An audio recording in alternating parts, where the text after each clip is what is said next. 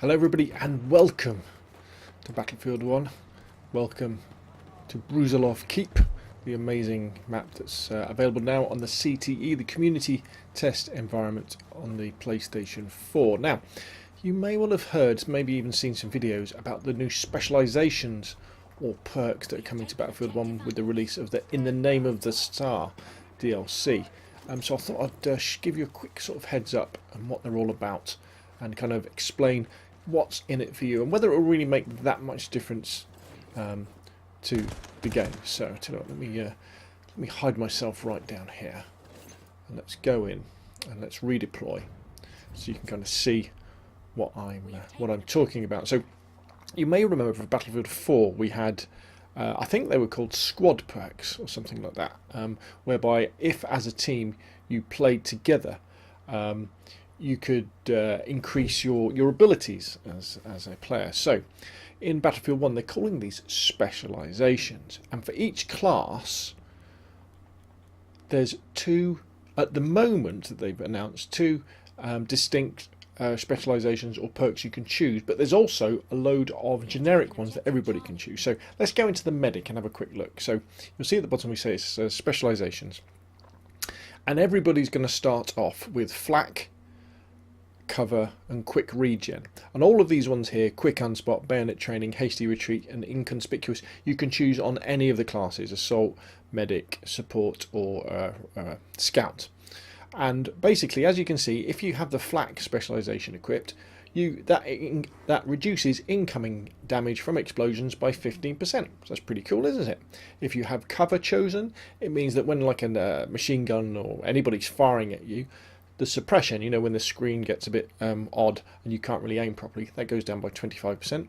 And you have quick regen, so decreased time before out of combat heal by 20%. So you know when you're in a fight and you're by a medic box, you can't. There's always a delay before you can start healing, which is kind of like that. So they're the basic ones. So you can only have 3, or you could choose to have quick unspot. So this decreases the length of time you're spotted by 2 seconds. So if somebody spots you across the map, you know, they tag the shoulder button, you pop up on the display of all the enemies and they all start shooting at you. Well, how about 2 seconds less? That's pretty cool, isn't it? Bayonet training. So your bayonet charge will last 1 second longer, which is quite a long distance when you're running across the battlefield trying to stab somebody, and it will recover 1 second quicker. Hasty retreat, increase maximum sprint speed while suppressed by 10%. I like this one. So if somebody's firing at you and you become suppressed, which happens when they're firing at you, if you run away, you'll run away faster, which is pretty cool.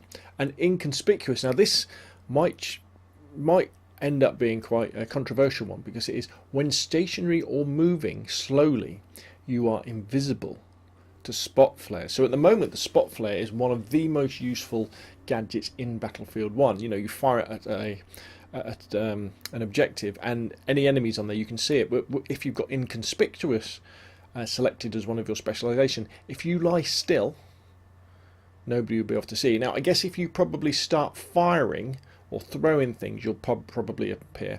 And also, if you move slowly, you won't appear as well. So you can crawl around and be invisible. So that's quite different. Now, they're the generic ones. Everybody has access to those.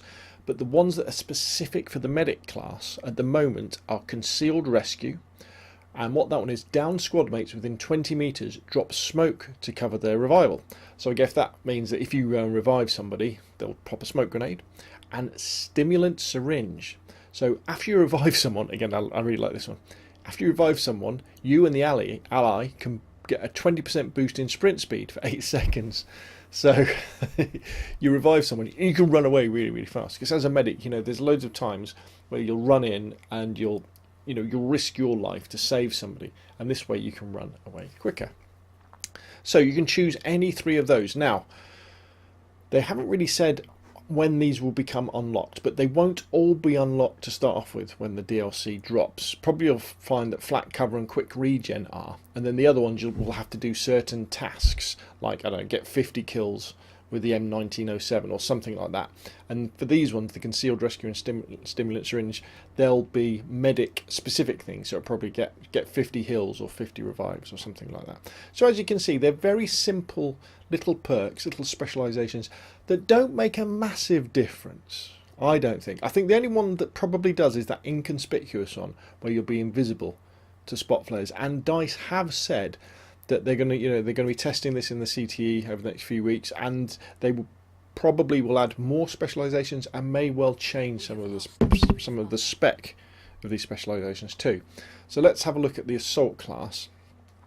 So the two specializations they have specific to them are Juggernaut, whereby if you put your gas mask on, you reduce explosive damage by 15%, and that does stack. So you could run Juggernaut and you could run Flak. So Flak would reduce it by 15, Juggernaut would reduce it by another 15, so roughly sort of 30%, and you would be protected from grenades. Now that could be very useful indeed. So if you're on a point, you're capturing a point, and the grenades are flying in, you just quickly equip your gas mask, and you'll receive less damage from explosions. So that could be really good for the assault guys.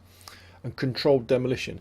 So your TNT will now detonate sequentially. Not sure how useful this is because I don't use TNT, but basically the idea with that is you put down one, you put down another, put down a third TNT. Do you get 3? I think something like that. And then as you trigger them, instead of all going off at once, they'll go off one at a time. So let's go and look at the support at their specific specializations. So they get unbreakable. So incoming suppression is reduced by 75% when your bipod is deployed. So when you're prone and you're using your LMG as you should to lock down a position to make sure the enemy keep their heads down, if somebody starts firing at you, you won't be suppressed as much, and you will be able to return fire very effectively. So that's a real one that helps you be better at being a support player. Pinned down, the duration of an enemy remains spotted is extended via your suppression. So yeah, so you spot somebody, you start firing at them. While they're suppressed by your fire, they're going to stay on everybody's minimap. And finally, let's take a look at the scout. So they have Scapegoat, where a decoy is automatically deployed when struck below 35 health by a distant enemy. I'm not sure whether I like this one. So imagine you're firing at somebody who has got this specialization equipped. You hit them, they go below 35, so they're below 35 health. You hit them, automatically one of those little head things will pop up. So you won't be dead sure which target to fire at next. So yeah, I don't know. Well, we'll have to see. And it's only against distant enemies. And perimeter alarm. This is quite a good one. Enemies within 15 meters of your triggered trip mines are marked on the mini-map. So you put a trip mine somewhere, and then someone runs into your gas trip mine or high explosive trip mine, triggers it, and then they appear. Again, although it's interesting, I don't think it really fits with the Battlefield 1 era, World War 1, something like that. So there we go. So they're the specializations. They're the perks we're going to be getting very soon when In the Name of the South DLC drops. You can use them at the moment in the CTE on the PlayStation 4 and the Xbox One, and obviously on the PC. They're not massive game changers, I don't think, and you'll see lots of wailing and gnashing of teeth about how these are going to ruin the game and it's going to change things, but they're not. We're talking small percentage changes.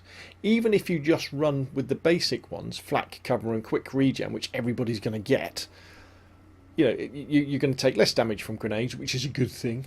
You're going to have less suppression, which is a good thing, and you're going to heal quicker, which is a good thing. And then the other ones we'll have to see. And as I have said, DICE will be changing these specializations. They'll be tuning them.